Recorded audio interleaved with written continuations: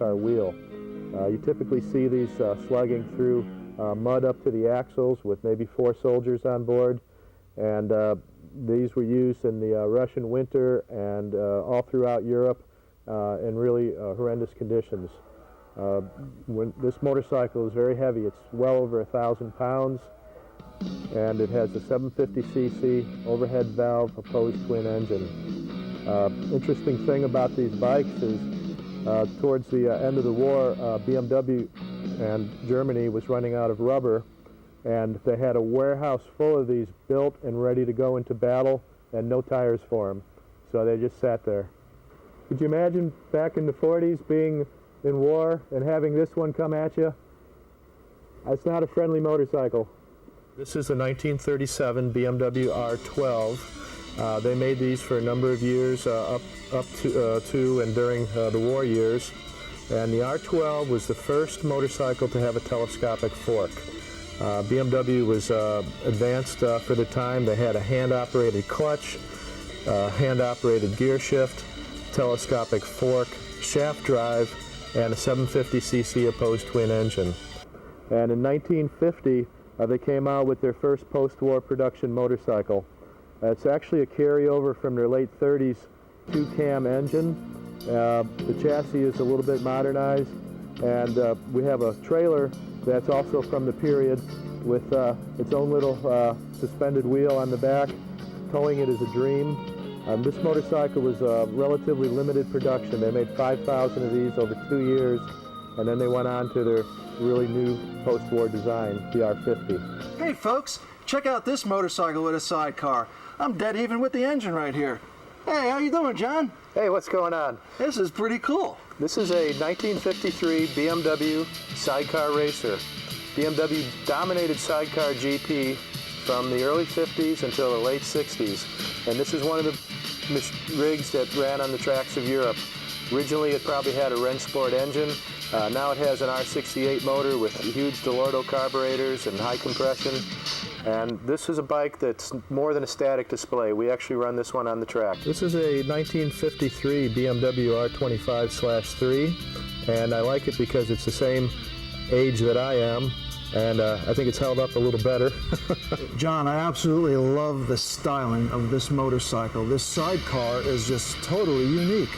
Well, thanks. This is a 1960 Pannonia. It's made in Budapest, Hungary, and it's definitely a motorcycle you don't see on every street corner.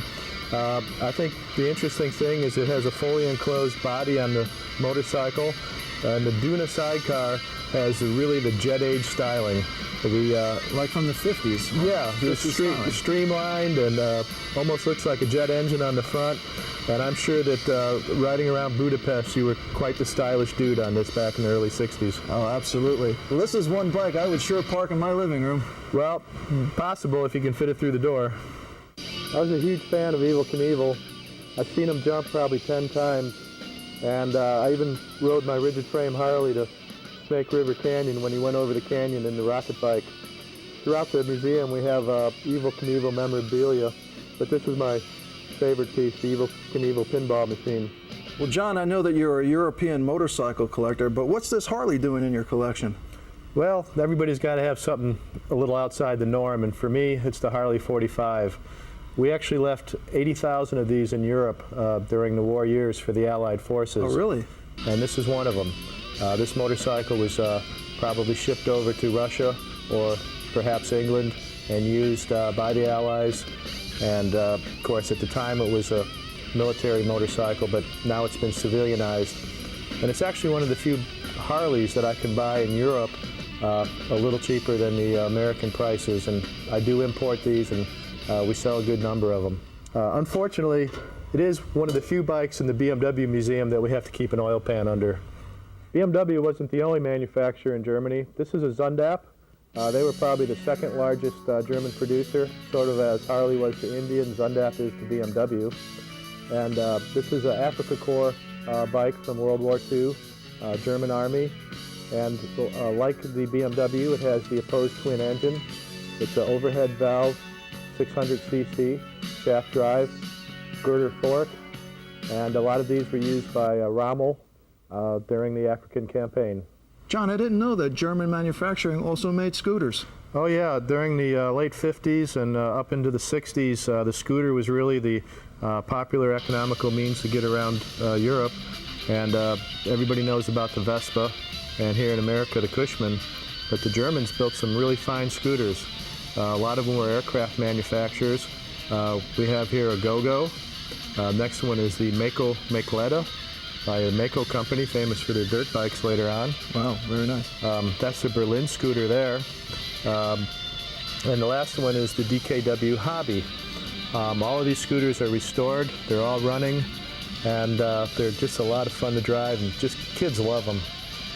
Okay, in this part of the museum we have a row of more obscure German brands, and I guess of all the bikes in this row, my favorite one is this Victoria Bergmeister. It's made in Germany, and it's unique in that it's a V-twin design rather than the opposed twin. And Victoria went out of their way to make a stylish engine and a stylish motorcycle, and it really is a piece of sculpture. If you look at the engine, it's all polished cases. There's no unsightly carburetors. The carburetor is hidden within the engine, and the air tubes go up through the cylinders into the heads.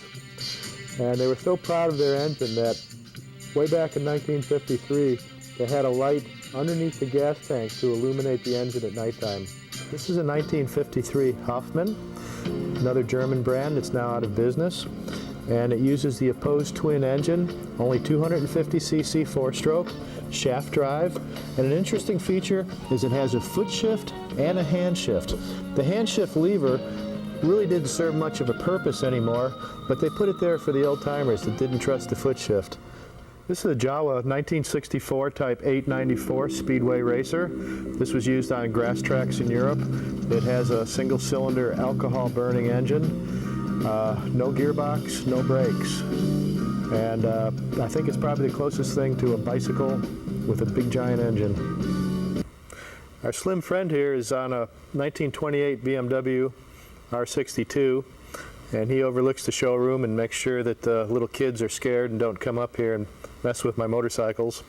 And this is what happens when you spend too much time in the sun. But he hasn't aged a bit since we got him 5 years ago. If you're an airplane enthusiast, you'll find about a dozen model airplanes on display. We had some extra space to fill in the middle of the 5,000-foot showroom, and you'll see planes from World War I and World War II. The German biplanes are my favorites. I built a lot of them from kits. And these planes will all fly. They're capable of flying, but today they're just hung from wires. Well, this is BMW's first motorcycle. It was introduced in 1923. It's the R32 BMW, and it has a lot of the heritage that you still see in today's BMWs. Still uses the opposed twin boxer motor, has shaft drive. The fit and finish is excellent. All the plating on it is nickel. It's a traditional black paint with white pinstripes. Even the rondelle has not changed much in the 80-plus years since this motorcycle was introduced. Well, I know this thing must go pretty good, but how in the world does it stop? What kind of brakes are on this bike? Well, the front brake is a tiny little drum, and the rear has a rim which is attached to the spokes and a wooden brake shoe that rides on the rear rim. I guess the upside of that is you can go to any forest and get your parts. That's very unique, a very stylish motorcycle. Well, John, thank you so much for taking us on the tour here. And for you folks at home, if you want to see more in person, please visit Blue Moon Cycle here in Norcross, Georgia, or visit them on the web at bluemooncycle.com. John, thank you so much for the tour. Thanks for having me. It was a pleasure. Well, the first bike I ever had was a 350 Honda. And then I had a Scrambler Honda, and I had a 350 Honda sport bike. Then I had a 250 single banger Triumph, and then I had a 650 Bonneville and a 650 Tiger. All at the same time? Well, different times in my early childhood, was starting when I was 12 years old, and all of them were different, but I think that there is nothing like riding a motorcycle.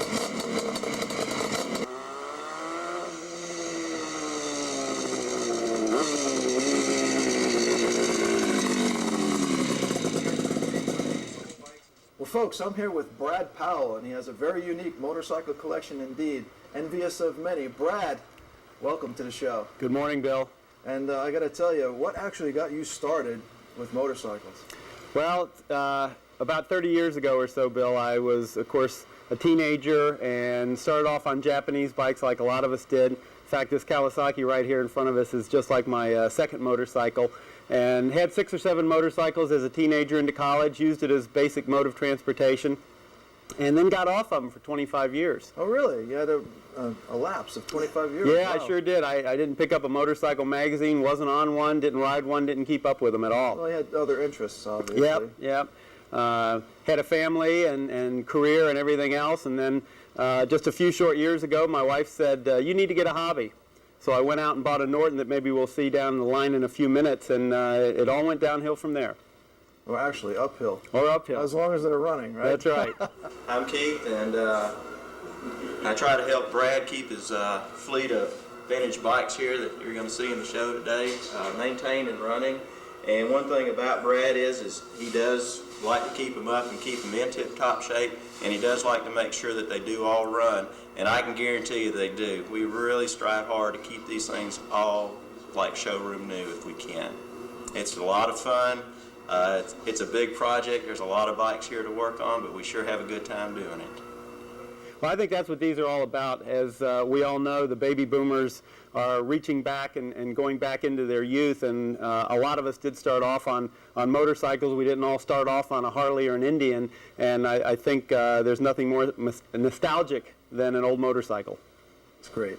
Well, I see that you have a nice few examples right here in front of us.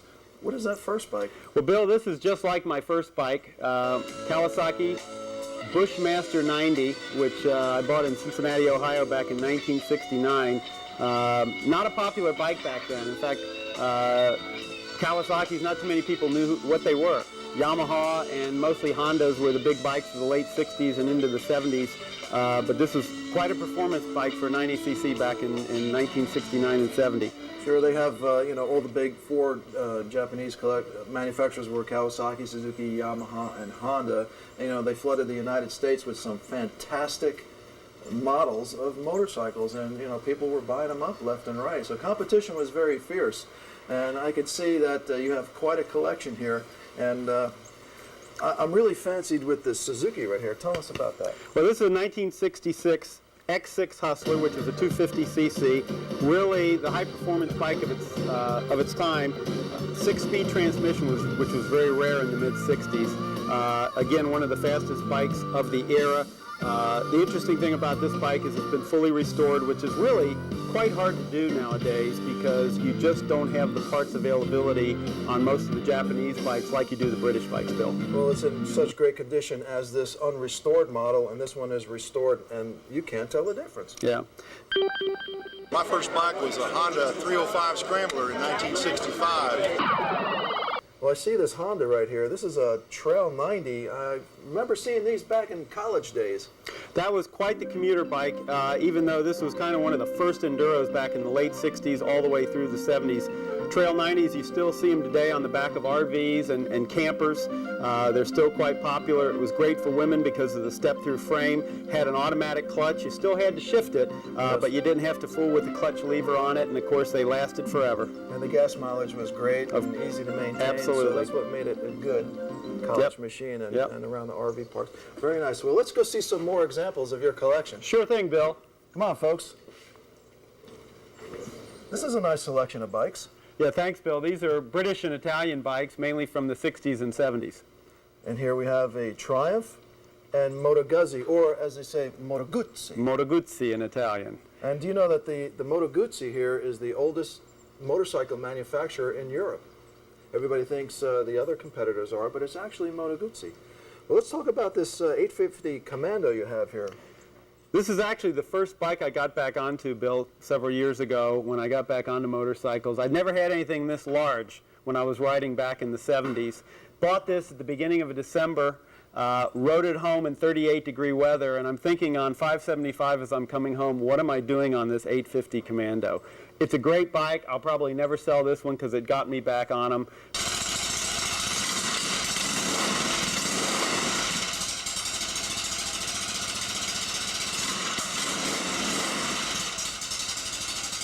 This particular model, Bill, is the last year that Norton was made. the history of Norton Villiers Triumph.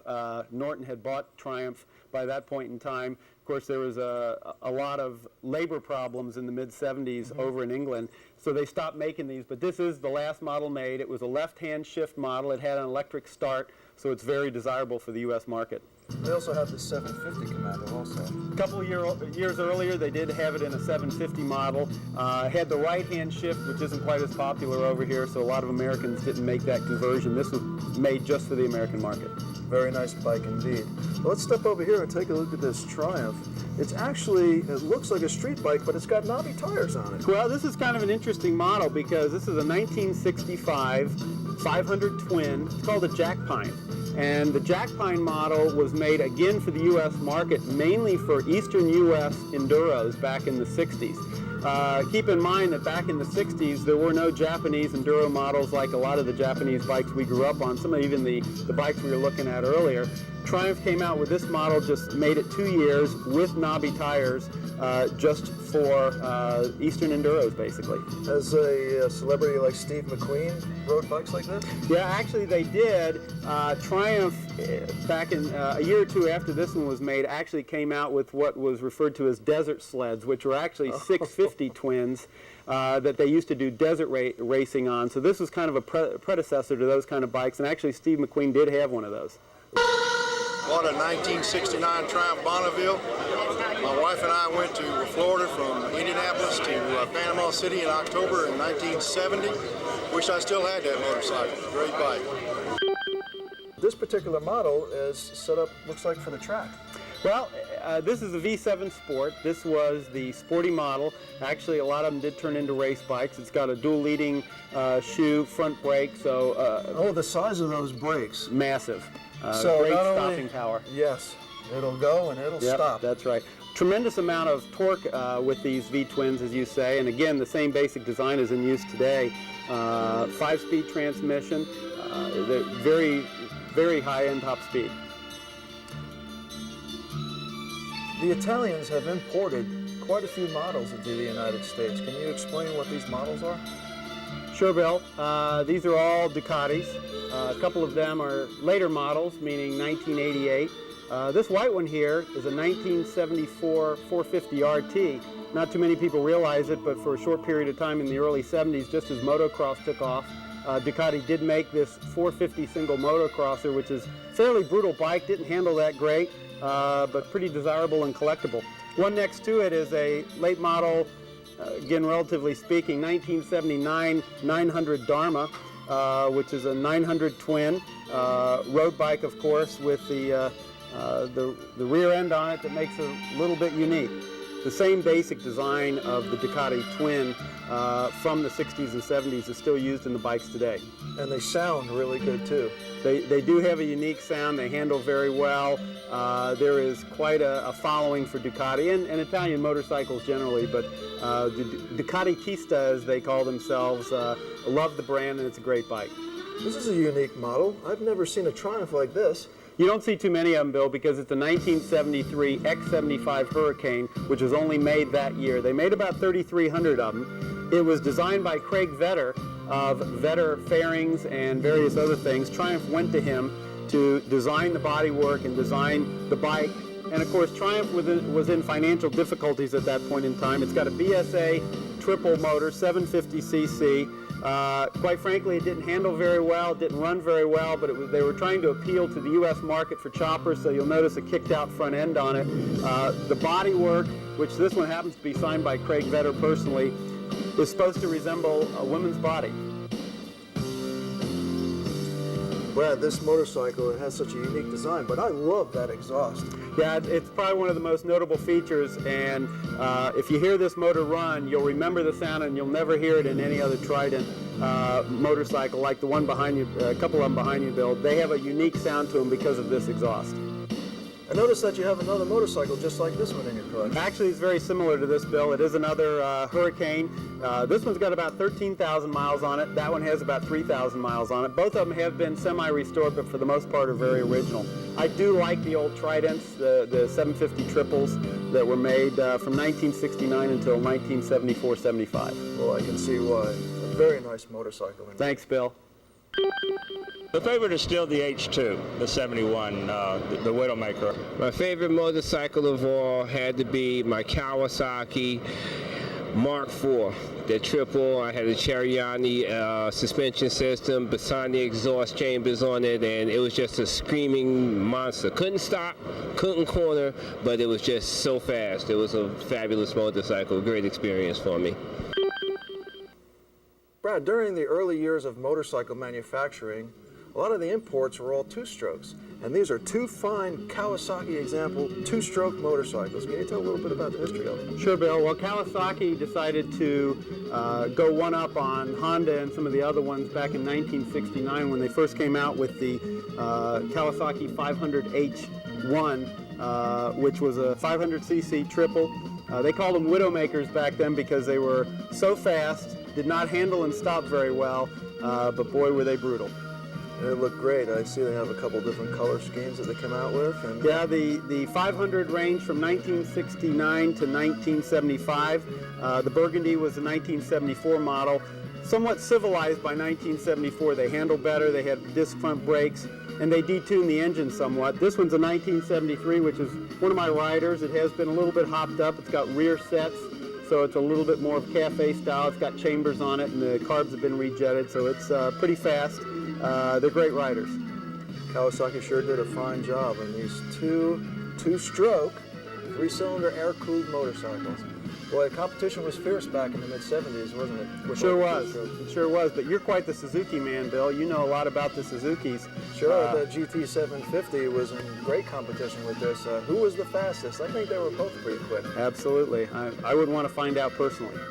Well, if you were ever at a traffic light, Bill, in the 70s and you were behind one of these as they pulled away, you know why they banned them, because they were quite the mosquito fogger.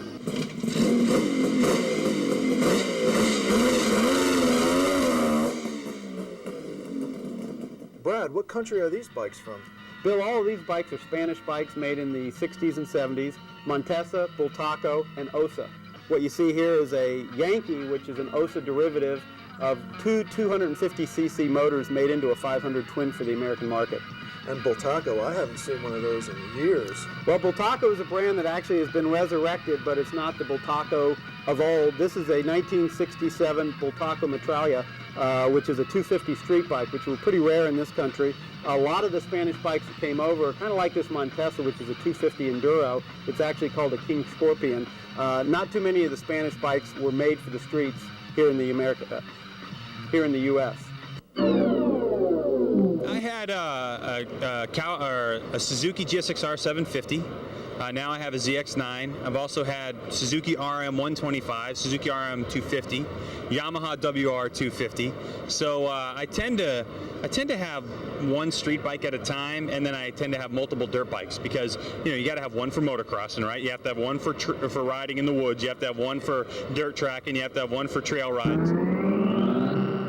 The Yankee motorcycle, that's a name I've never even heard of. Not too many of them around, Bill. Yankee was a manufacturer, actually the distributor and importer for Osa motorcycles along with other things. But Yankee took two Osa 250 motors and put them together into a 500 twin. Turned out to be too heavy of a motorcycle, but it's got quite a heritage in a short period of time. They made 792 of these motorcycles in 1972. On the gas tank, you see a couple of actually pretty famous motorcycle names, Mick Andrews as well as Dick Mann, both world champion motorcycle racers, and even with an Atlanta connection here, Barry Higgins, who owns a motorcycle dealership. All these folks were factory riders back in the 70s.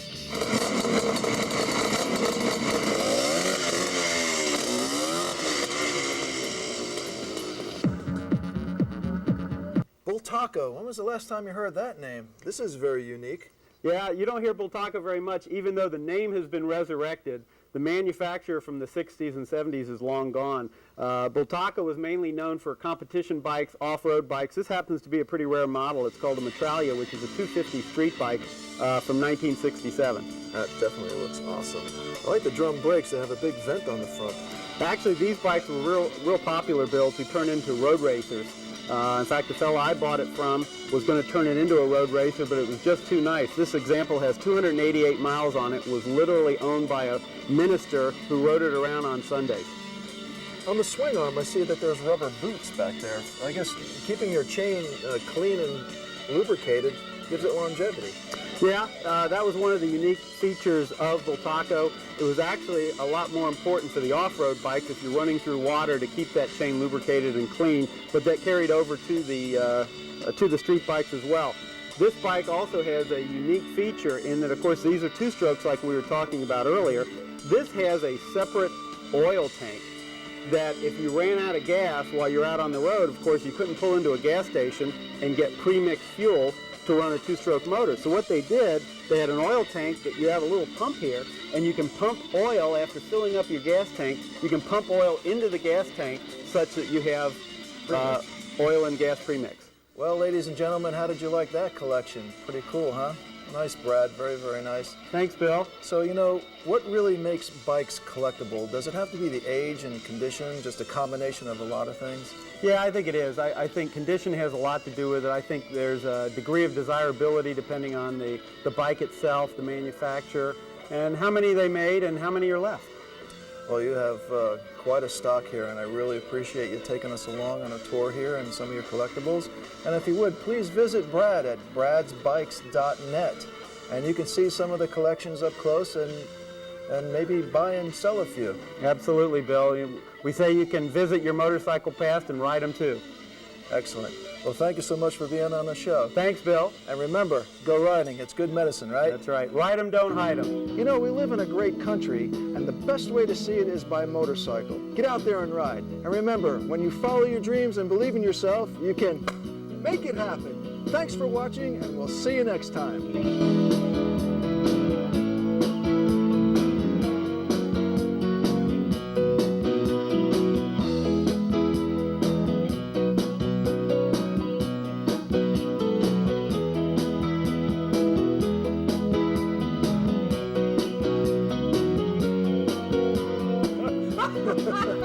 Keith. Quiet on a sec. Carry a lot of stuff with you sometimes. Where do you usually put it? Plane. Yeah. Very unique motorcycle collection indeed. Thanks, Bill. Well, hey, folks. Yeah, And I have another one that's in my collection, don't you know? What's up with that? So to have a bike like this in a collection is very unique indeed. Where you going with that? We'll try it again. Go ahead, Barry.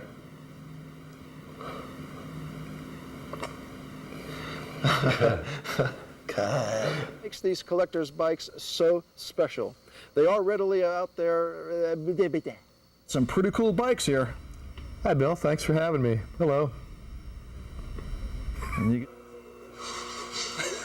a Bultaco. When was the last time? Oh, it's okay.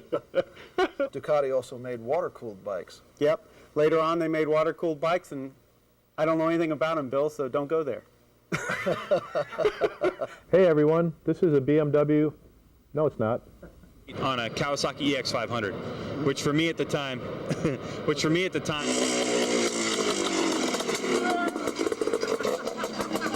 Bike you definitely would have to park in the living room.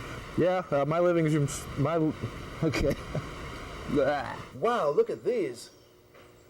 Yeah, Bill, these are kind of the British, Italian, European. That was gay. Excuse me. Motorcycle before I had a car. Well, that's great. This example has 288 miles on it, was literally owned by a minister who rode it around on Sundays. That's pretty good. Quite the mosquito fogger. Which, they smell good. That's cute.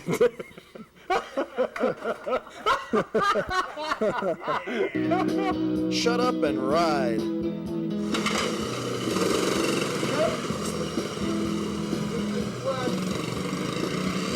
Well, I'm going to go catch a breeze. We'll see you later.